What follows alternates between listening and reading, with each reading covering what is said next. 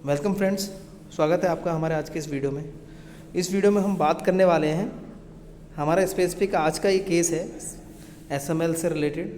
तो बेसिकली ये बनाने का रीज़न यही है कि आगे इन फ्यूचर आपको अगर ऐसा कुछ इशू देखने को मिलता है तो आपकी मदद हो सके। तो केस है क्या कि हमारा इग्निशन कॉइल है जो बस्ट हो गया, क्रैक हो गया है, ठीक है। और मेन रीज़न क्या था, इससे इम्पैक्ट क्या होगा गाड़ी पे, ठीक है, वो सारा देखेंगे। तो अब आप यहाँ देखें, हमने ये दो फ़ोटो ले रखे हैं, ठीक है। तो जो ये लोकेशन दिख रहा है इस फ़ोटो का, ठीक है, आपको ये लोकेशन दिख रहा है, यहाँ से ये कॉइल क्रैक हो गया है। हमने ये दूसरे फ़ोटो में मार्क भी किया हुआ है, ठीक है। तो अब जो ये कॉइल क्रैक हुआ है, हमारे पास डीलर से कॉल आया कि सर ये कॉइल क्रैक हुआ है और ये इसको वारंटी कंसिडर कराना है। तो मेन इशू क्या है कि कितने भी अगर किसी भी गाड़ी में आपको कॉइल क्रैक का केस मिलता है, ठीक है, तो उस केस में 99% श्योर हूँ मैं, बिकॉज मुझे आज तक जितने भी केस मिले हैं ये कॉइल ब्रोकन या डैमेज या फटने की वजह से, तो उन केसेस में वायरिंग का इशू मिलता ही मिलता है। तो उसी के बेसिस पे मैंने डीलर को एडवाइस किया कि एक बार आप इसका इंजन हार्नेस, क्योंकि इसकी रूटिंग जो इंजन कंपार्टमेंट में है, तो उसकी रूटिंग चेक करने के लिए मैंने एडवाइस किया था उनको। तो विदिन 15 मिनट मेरे पास बैक कॉल आया कि सर हमें इस तरीके से वायरिंग टच मिली है। अब आप जो ये देख रहे हैं ये ऑयल गेज है, जो अभी आपने जिन कस्टमर्स, जो मैकेनिक भाई जिनके पास एसएमएल की गाड़ियाँ हैं, उन्होंने देखा होगा ये ऑयल गेज है और इस ऑयल गेज के साथ वायरिंग की रूटिंग है, ठीक है। और ये जो एक्शन जो ये एरिया देख रहे हैं आप, ये जो एरिया देख रहे हैं यहाँ पे ये, अब आप समझो गाड़ी जब चल रही है, स्टार्ट इंजन वाइब्रेट भी हो रहा है, ठीक है। वाइब्रेट के साथ साथ क्या हो रहा है कि यहाँ पे ये वायरिंग रब कर रही है, ओपन है, इस पर स्लीव नहीं लगा हुआ है, ठीक है।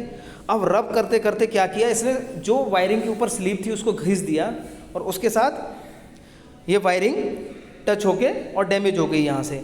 अब क्या है, जो ये वायर डैमेज हुआ है ये हमारे रेफरेंस वोल्टेज, यानी कि हमारा जो सिग्नल जाता है ईसीयू से कॉइल के लिए, सेकेंडरी कॉइल के लिए, यानी सेकंड नंबर कॉइल के लिए, उसका वायर है। तो ये जब रब कर करके ये वायर, इसका स्लीव हट गया, तो उससे क्या दिक्कत हुई कि अब अपना वो कॉइल को डायरेक्टली, यानी कि अब आप इसका वर्किंग, मैंने पहले भी कई सारे वीडियोस बनाए हैं, मैं आपको बता देता हूँ होता क्या है। अब ये देखेंगे आप यहाँ पे, ठीक है ना, ये वायर मैं आपको दिखाना चाह रहा हूँ। ये जो एरिया है इस वायर का, ये पूरा बिल्कुल अपना स्लीव हट चुका है और ये उसी गेज के साथ डैमेज हो रहा था, साथ में रब कर करके वहाँ से डैमेज हुआ था, ठीक है। अभी कंसेप्ट क्या है कॉइल की वर्किंग का कि हमारी जो कॉइल है उस पर 12 वोल्ट आता है इग्निशन के साथ। जैसे ही हम इग्निशन ऑन करते हैं 12 वोल्ट ऑन हो जाता है कॉइल के साथ। फिर क्या होता है कि जो हमारा ईसीयू है वो रेफरेंस वोल्टेज जनरेट करता है as in form of ground, ठीक है। ईसीयू हमारा क्या करता है, ग्राउंड देता है कॉइल्स को ऑपरेट कराने के लिए कि कब आपको स्पार्क जनरेट करना है उसके अकॉर्डिंग, ठीक है। तो ये वही वायर है जो हमारे सेकंड नंबर इग्निशन कॉइल के लिए जाती है, ठीक है।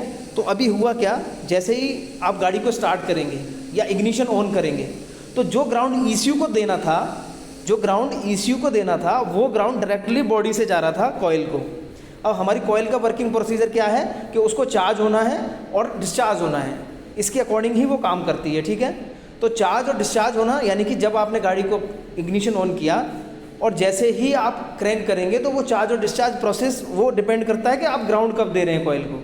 अब यहाँ पे जो रेगुलर ग्राउंड जा रहा था, जिसकी वजह से हमारी कॉइल ओवर चार्ज हो गई इग्निशन ऑन करती और वो डैमेज हो गई। तो कस्टमर का, डीलर का दूसरा कॉल था कि सर मैं इसमें नया कॉइल लगा के देख सकता हूँ क्या। अगर आप इसी कंडीशन में इसमें नया कॉइल लगा देंगे तो दूसरा कॉइल भी डैमेज हो जाएगा। इसका चांसेस 100% है कि विदिन 5 मिनट सेकंड कॉइल में बी बस्ट, ठीक है।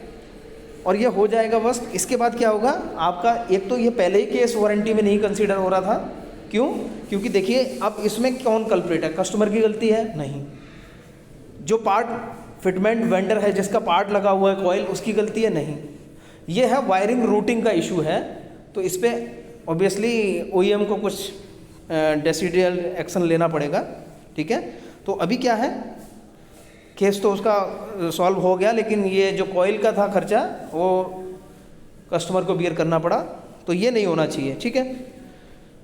तो यही था आज के इस वीडियो में। तो मेरा बताने का पर्पज़ ये था कि ऐसा कोई केस आपको मिलता है तो सावधानी ये रखें कि कभी भी बिना वायरिंग चेक किए हुए, अगर वायरिंग में आपकी गाड़ी में कॉइल शॉर्ट होने का इशू है तो कभी भी बिना वायरिंग चेक किए हुए आप नया कॉइल ना लगाएं। उसके बाद आप हेल्पलेस हो जाएंगे, क्योंकि एक कॉइल तो गाड़ी वाला ख़राब था, दूसरा कॉइल आपने चेक करने के चक्कर में ख़राब कर दिया। ऐसे कई केसेस हुए हैं जिसमें एक की जगह 2 कॉइल अब भरने पड़े, उसके बाद वायरिंग चेक करी, तब हमने तीसरा कॉइल लगाया और अपना गाड़ी सॉल्व हुआ। तो यही था आज की इस वीडियो में। आशा करता हूँ वीडियो हेल्पफुल होगा। Thank you friends, thank you very much.